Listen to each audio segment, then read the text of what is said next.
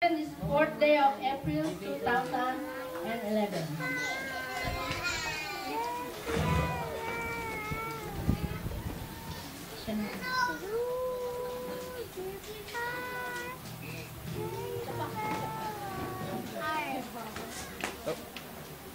Pag muna tayong aalis dahil meron pong ipapamigay si Catherine.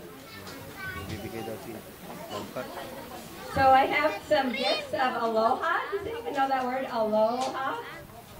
So it means hello in Hawaiian. So when you say aloha to a crowd, you have to say aloha back. So try it. Aloha. Aloha. Good, very good, very good. So we have these little bags for the kids. They have the bookmark. And then also for the parents, the kids have them in there, but they're these treats that you can only get in Hawaii. They're chocolate kisses, but they have macadamia nuts in them. So I'll go ahead and pass those out. Tayo po lahat ay, sige, ipamigay po na yan. Si Zia, wala pa siyang plastic. Meron na siyang, wala pa. Pakibigyan si Zia. Okay. Hindi naman nakalimutan. Dito. Mga graduates. Okay.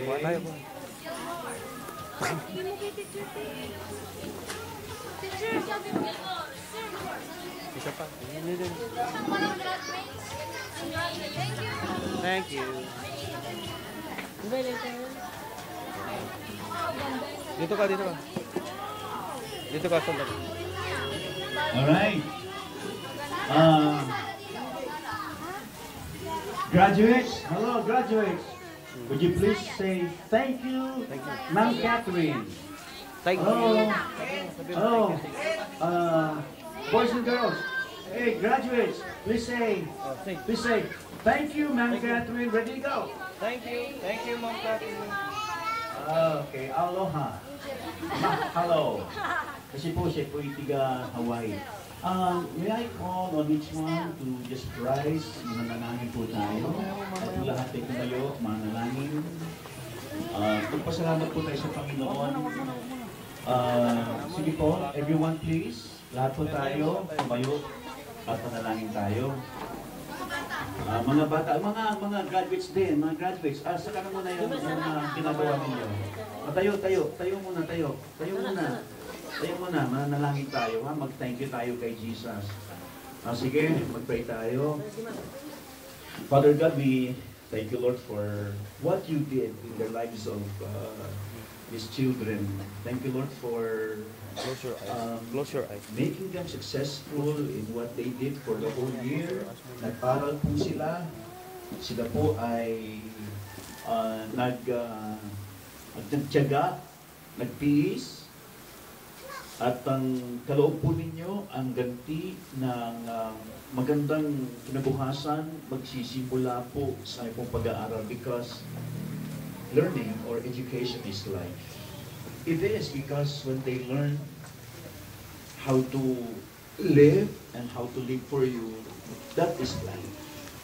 Salamat po sapagkat binigay po ninyo ang eskwelang ito. Ipinagkatiwala din po ninyo sa eskwelang ito ang mga batang na nag-graduate po ngayon. Dalangin po namin na sa mga sumusunod pong panahon ay lalo pong namin mapag-ibayo ang namin pong paglilingkod sa komunidad.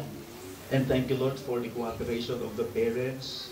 They're so happy, they're so proud of their graduates, yung pong anak po nila, yung pong apo nila, kamag-anak, sapagkat nakapagsimula na po sila na magpakitang gilas, hindi lamang po para sa kanilang mga kamag-anak, kundi nagpakitang gilas po sila para po sa inyo. At ang dalangin po namin, Ama, na ito pong nasimulan po nila ay magpapatuloy hanggat maalaman po nila ang napakagandang ugnayan po sa inyo bilang Panginoon at tagapagligtas. There is nothing better, Father, than the personal relationship they can establish through your Son, Jesus Christ. Thank you so much for teachers who have given their best, who worked hardly for a very difficult future for these children. Thank you, Lord, for this wonderful event that we just had. In Jesus' name we pray.